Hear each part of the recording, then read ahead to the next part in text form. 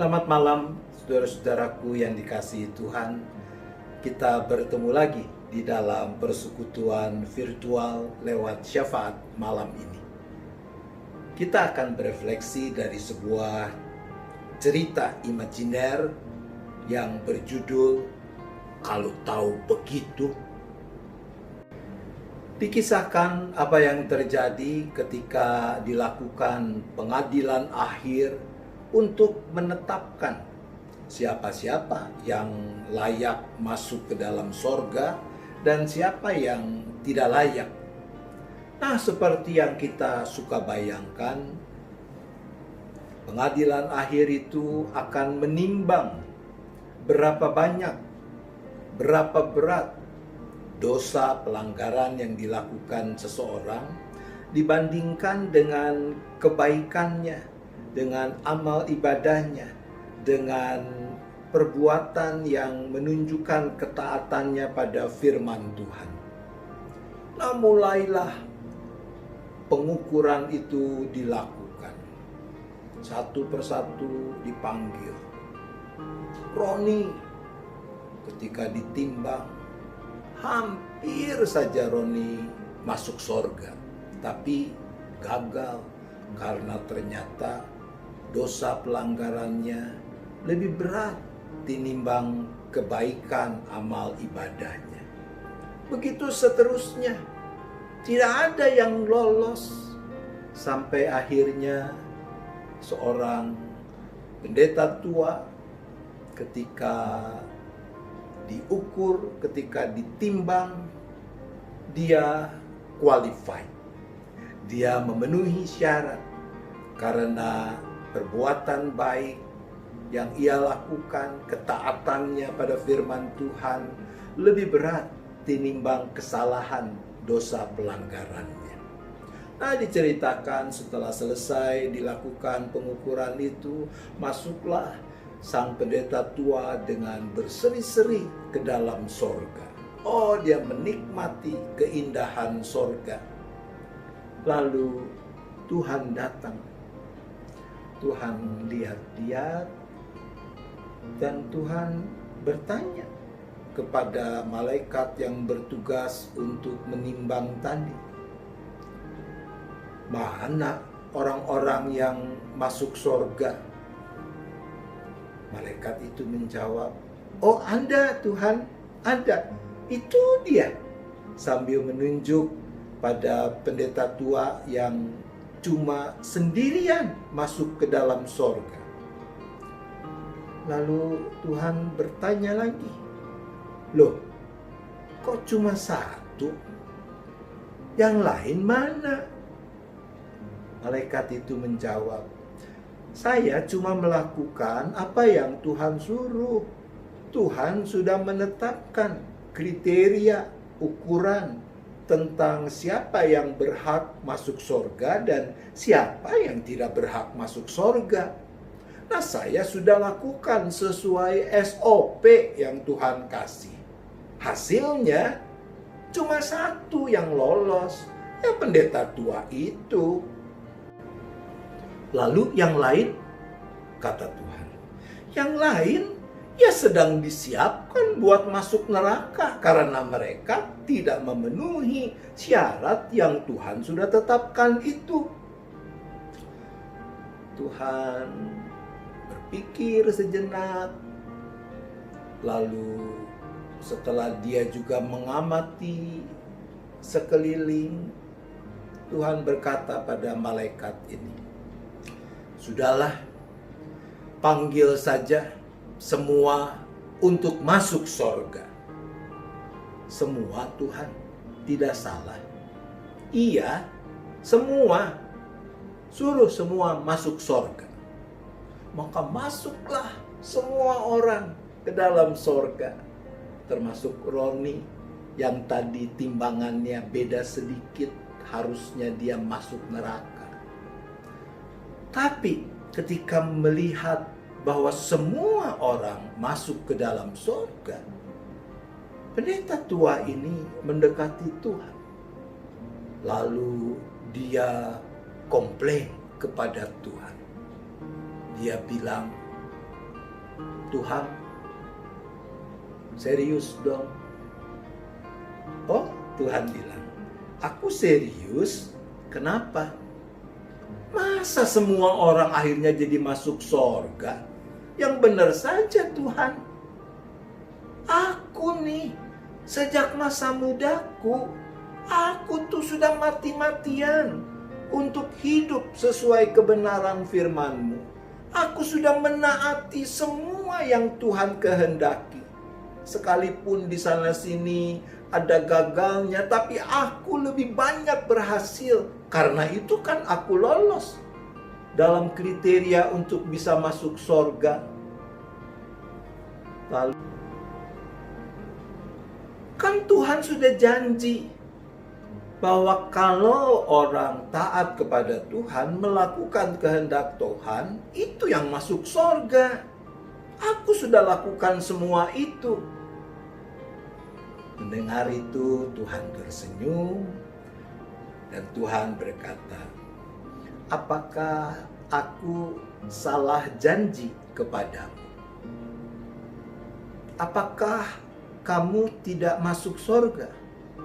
Ya masuk sih Tuhan. Tapi Tuhan melanjutkan perkataannya, dia bilang, ada begitu banyak di sorga yang tidak terbatas luasnya ini. Kalau aku berkehendak semua orang masuk sorga, apa keberatanmu? Bukankah engkau juga masuk ke dalam sorga? Pendeta tua ini ngomel, dia ngedumel, dia bilang, kalau tahu begitu, ceritanya cuma sampai di sana. Tapi kita tahu apa maksud pendeta tua dalam cerita tadi. Saya terlalu cepat menyimpulkan.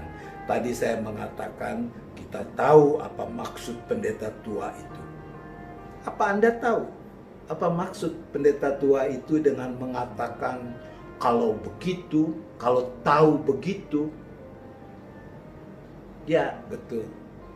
Dengan ungkapan itu, si pendeta tua, bukankah dia mau mengatakan kalau tahu bahwa ternyata akhirnya semua orang diizinkan Tuhan untuk masuk surga, lalu buat apa aku kerja keras untuk menaati firman Tuhan di dalam kehidupanku?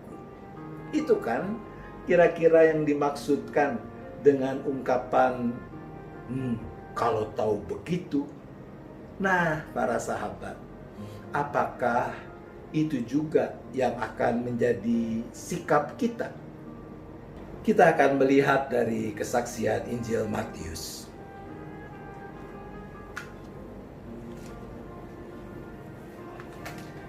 Di dalam Matius pasal 5 ayat 43 sampai dengan ayat 45 dicatat demikian.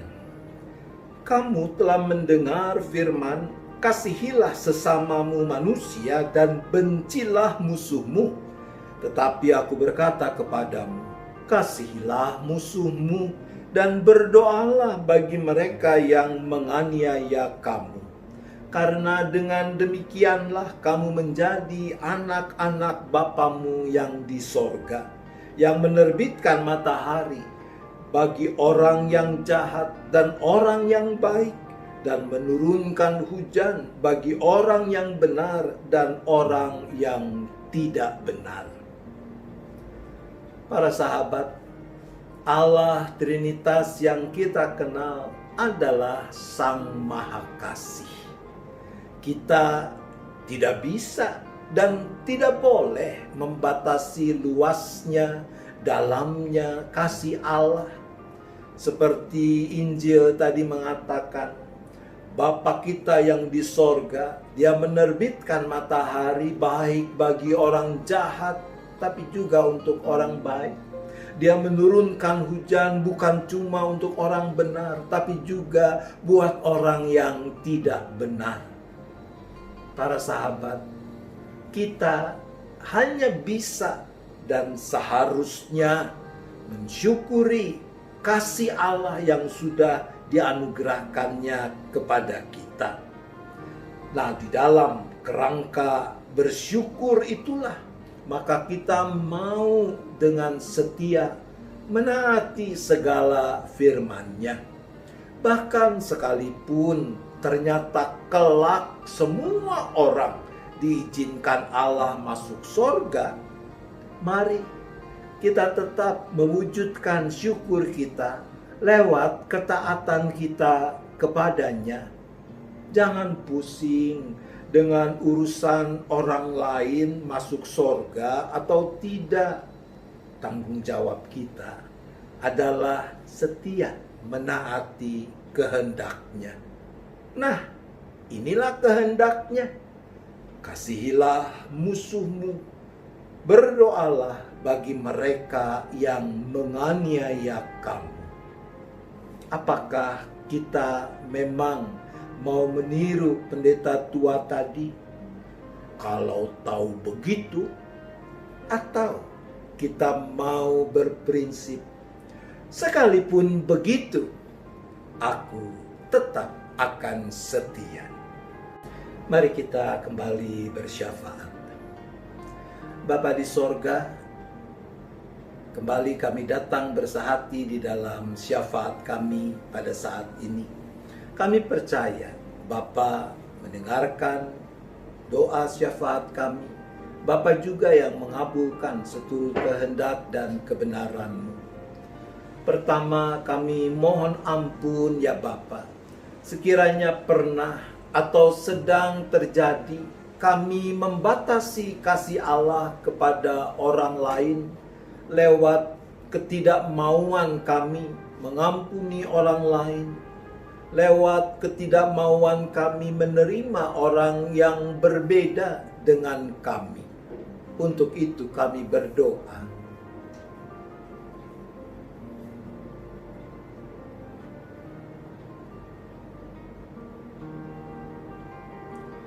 Ya Bapa, kami juga mohon hikmat, kasih yang meluap, agar mampu menerima dan mengasihi orang-orang yang berbeda dalam berbagai aspek dengan kami. Bahkan juga mereka yang pernah menganiaya kami. Untuk itu kami berdoa.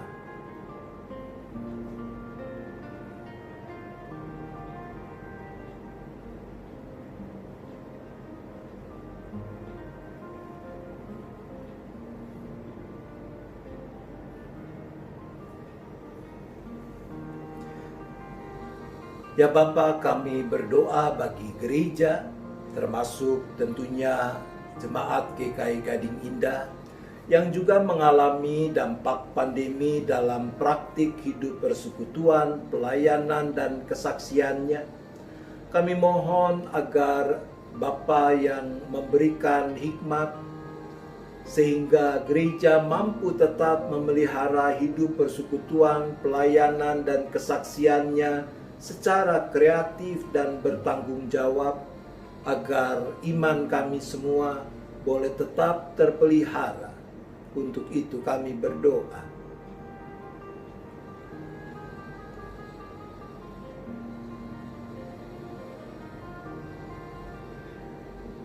Ya Bapa, kami juga mohon agar jemaat dimampukan menyesuaikan diri dengan tatanan kenormalan baru yang juga diterapkan dalam kehidupan bergereja dan menjalaninya dengan penuh syukur dan sukacita. Untuk itu kami berdoa.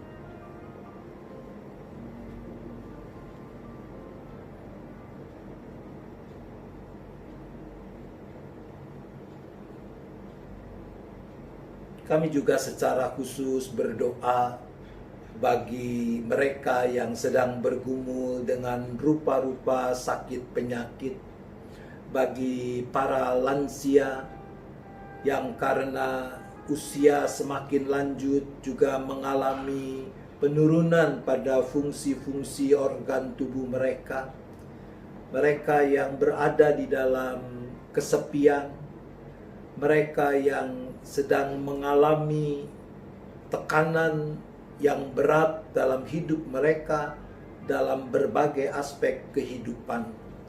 Bagi mereka kami berdoa.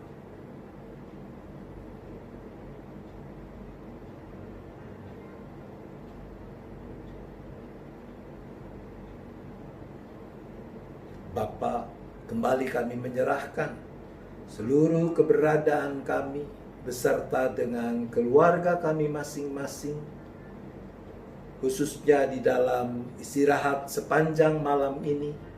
Kiranya tangan kasih Tuhan yang tetap menopang, menaungi kami, menjauhkan kami dari berbagai mara bahaya malapetaka. Kami boleh beristirahat dengan baik, tidur dengan nyenyak, dan besok bangun dengan kesegaran baru, menyambut hari baru yang Tuhan anugerahkan dengan kerinduan untuk terus memuliakan nama Tuhan. Terima kasih ya Bapa, kami memohon semua ini hanya di dalam nama Tuhan Yesus Kristus. Amin. Selamat beristirahat, saudara-saudaraku. Tuhan tetap menyertai kita.